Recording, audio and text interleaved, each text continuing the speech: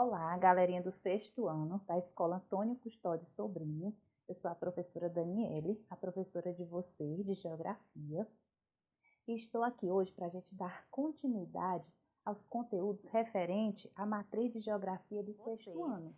Eu selecionei os pontos mais importantes do conteúdo para eu explicar de uma forma bem simplificada para que vocês possam assimilar melhor esse conteúdo.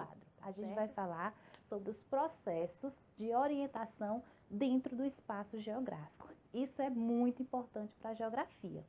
O ser humano, desde o início, ele sempre buscou forma de se orientar, certo? Mas o que é essa orientação? Então, eu coloquei bem aqui uma palavrinha-chave para a gente facilitar a nossa compreensão. E eu vou colocar a definição aqui na parte de baixo do vídeo, então, que é orientação. Orientação é uma forma que o ser humano encontrou de se localizar dentro do espaço geográfico, certo? Existem duas formas principais para que eu possa me localizar dentro desse espaço. Quais são essas duas formas? Primeiro ponto, os pontos de referência. O que é um ponto de referência? Eu vou dar um exemplo para que vocês possam compreender melhor. Por exemplo, se eu perguntasse a vocês, como é que eu faço para chegar até a escola que vocês estudam, a Escola Antônio Custódio Sobrinho? Vocês iriam buscar um ponto de referência para facilitar a minha compreensão e poder chegar até a escola que vocês estudam. Por exemplo, vocês poderiam me dizer um ponto de referência. Professora, a nossa escola fica próximo à UPA, fica próximo à prefeitura, certo? Isso seria um ponto de referência. A segunda forma que eu encontro de me orientar dentro do espaço é através dos instrumentos de orientação, certo? Os dois principais instrumentos de orientação, que com certeza vocês já devem ter ouvido falar, a bússola e o outro mais conhecido, que inclusive tem no celular de vocês, que é o GPS. Esses dois instrumentos de orientação, eles foram assim revolucionários, certo? E para a gente se aprofundar ainda mais nesse conteúdo, a gente vai estudar uma coisinha que é muito importante quando a gente fala de orientação, certo?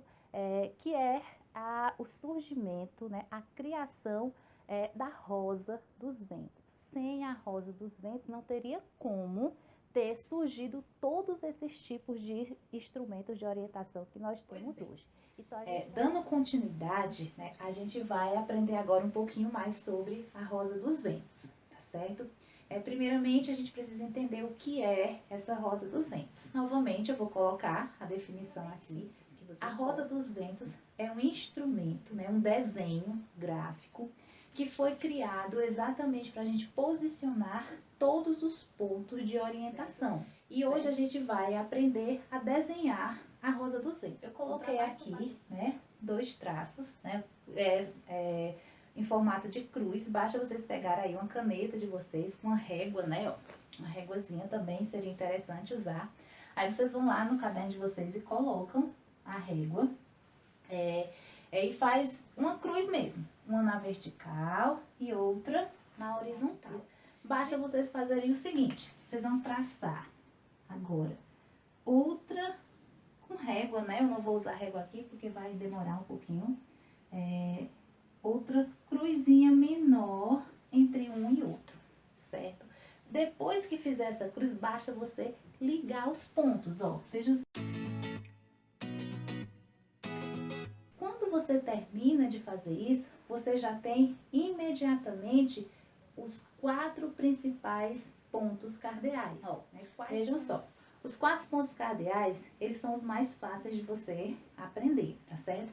Essa seta aqui que você está vendo, certo? Ela vai sempre apontar para o norte, certo? Então, aqui nós temos o norte representado pela letrinha N. O oposto do norte vai ser o sul, certo? Então, norte, sul. O seu lado direito vai ser o leste, que é representado ou pelo L ou pela letrinha E. E o oposto do leste, como eu já expliquei para vocês anteriormente, que seria o braço esquerdo, é o oeste, que pode ser representada pelo O de oeste e também pode ser representado pelo W, certo? Pelo W. Essas duas formas vão estar corretas e essa daqui pelo L também vai estar correta. Depois que você constrói os pontos cardeais, fica muito fácil você construir os demais pontos. São os pontos colaterais e subcolaterais. Depois que você constrói os pontos cardeais, a gente vai construir os pontos colaterais. E agora é muito simples, é só você estender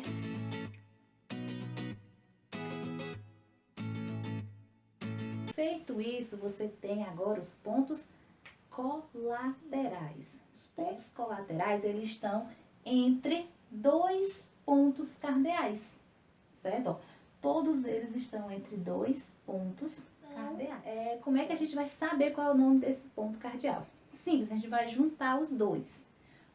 Entre o norte e o leste, nós vamos ter o nordeste. É só juntar as duas siglas, representado pelo NR. Então, aqui nós temos o Nordeste, certo?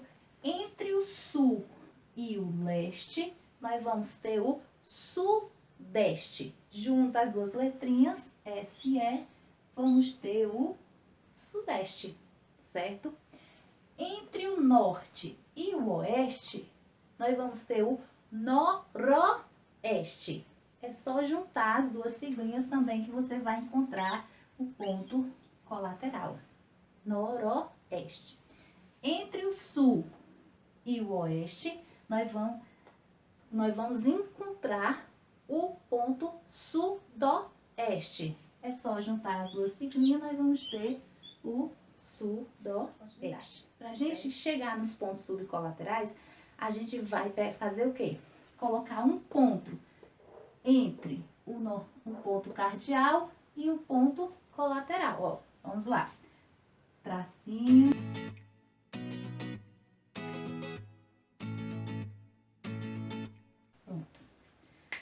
Pronto. Quando você colocou, você já tem aqui todos os pontos subcolaterais. É só você juntar um cardeal mais um colateral.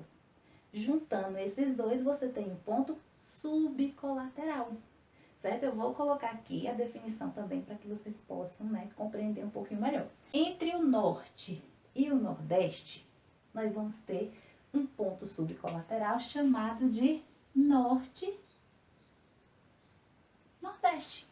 Pronto. É só juntar os dois pontos. E assim a gente vai fazer com todos. Juntar um cardeal mais um colateral, formando um subcolateral. Vejam só, tentem aí fazer em casa comigo. Entre o norte e o leste, você sempre coloca primeiro o ponto cardeal, depois o colateral, certo? Então, entre o leste e o nordeste, leste, nordeste. Leste, nordeste. Entre o leste e o sudeste, leste, sudeste. Entre o sul e o sudeste, sul, sudeste. Entre o sul e o sudoeste, sul, sudoeste. Entre o oeste e o sudoeste, oeste, sudoeste. Entre o oeste e o noroeste, oeste, noroeste. E entre o norte e o noroeste, norte, noroeste. E pronto, aqui está o resultado final, da nossa Rosa dos Ventos.